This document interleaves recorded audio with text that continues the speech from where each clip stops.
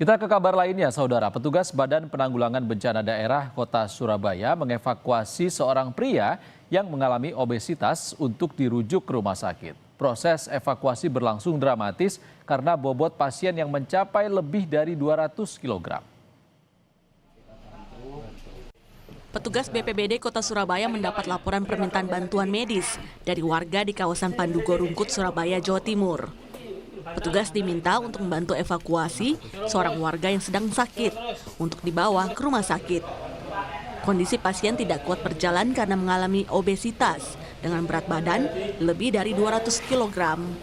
Proses evakuasi untuk membawanya dari dalam rumah ke ambulans berlangsung dramatis. Bahkan tandu penyelamat yang membawa pasien terpaksa didorong di lantai karena akan berisiko jika digotong. Menurut petugas BPBD Kota Surabaya, Faruk Arya, pria tersebut mengeluh sakit perut. Pasien yang ingin ke rumah sakit namun tidak bisa dikarenakan untuk bobot untuk kondisinya dengan berat badan kurang lebih 200 kg. Jadi tidak bisa menaiki kendaraan sehingga menelpon 112 dan kami dari Pusko Timur dan Pusko Jemur Sari meluncur ke lokasi. Proses evakuasinya sempat mengalami kesulitan atau seperti apa, Mas? Untuk evakuasi kita mengalami kesulitan dikarenakan untuk pasien juga duduk di bawah lantai duduk di bawah lantai. Jadi kita evakuasinya untuk memindahkan pasien ke tandu basket. Kita mengalami kesulitan, akhirnya kita menggunakan bed cover. Bed cover kita angkat kurang lebih 4 orang. Dibutuhkan lebih dari 6 orang untuk bisa mengangkat tubuh pasien ke dalam ambulans. Pasien akhirnya berhasil dibawa petugas BPBD Kota Surabaya ke rumah sakit terdekat untuk mendapat perawatan medis. Mahendra Trigenanjar, Kompas TV, Surabaya, Jawa Timur. Saudara, akibat sang ibu harus menjalani pengobatan kanker, seorang siswi di Kulon Progo, Yogyakarta, membawa dan mengasuh adiknya di sekolah. Di balik banyak keterbatasan, pelajar itu terus memelihara semangat meraih cita-cita menjadi seorang dokter.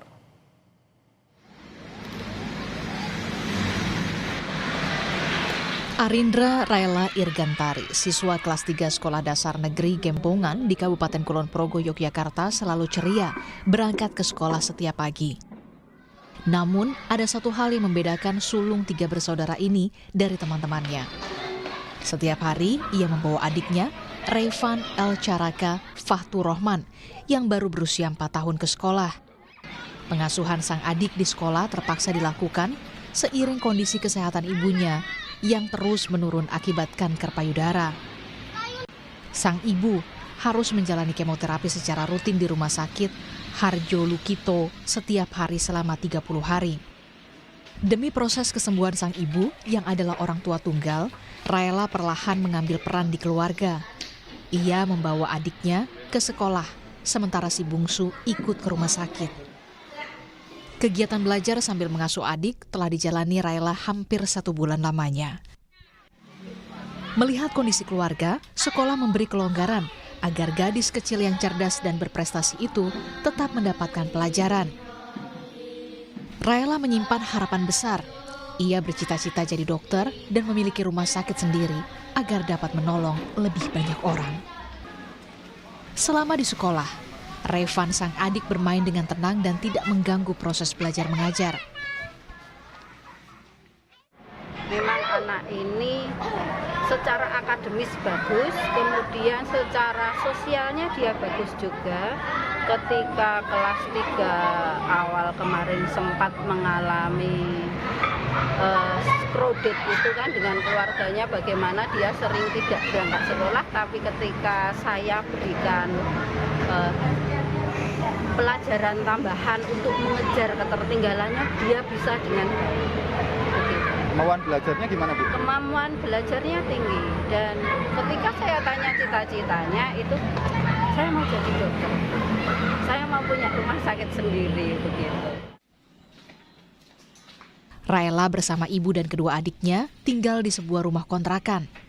Ibunya, Rubianti, mengaku kesulitan mengasuh ketiga anaknya, terutama saat kondisi kesehatannya terus menurun. Ia memohon kepada pihak sekolah agar Revan diizinkan berada di sekolah karena tidak ada yang menjaga saat ia harus ke rumah sakit. Sebagai buruh pembungkus minuman kemasan, Rubianti kesulitan untuk memenuhi kebutuhan sehari-hari. Pengobatan Rubianti ditanggung BPJS. Namun, ia mengandalkan kebaikan hati banyak orang untuk biaya transportasi ke rumah sakit yang mencapai sekitar Rp200.000 setiap harinya. Saya cuma minta tolongnya ke kepala sekolah ya, minta kelonggaran waktu itu, maksudnya gimana nih anak saya yang kecil itu, terus dari sekolah itu diperbolehkan, mungkin karena saya juga butuh pengobatan ini ya, jadi itu tadi ya karena nggak ada yang di rumah itu, saya minta bantuan ke siapa juga bingung, nggak punya biaya untuk membayarnya ya mas sehari-harinya gitu loh. Ditinggal kemana sama ibu ini kok? Bukan itu Pak. Radioterapi di Harjosito. Untuk tiba di sekolah yang berjarak 1 km dari rumah, Raela dan adiknya bersepeda dan dilanjutkan dengan berjalan kaki bersama teman-teman. Dalam setiap langkah kecilnya, Raela menyemangati diri demi satu mimpi besar, menjadi seorang dokter. Ahmadi, Kompas TV, Kulon Progo, Yogyakarta. Kita ke Semarang. Saudara, sekolah swasta di Semarang menorehkan prestasi membanggakan di tingkat internasional. SD Hajah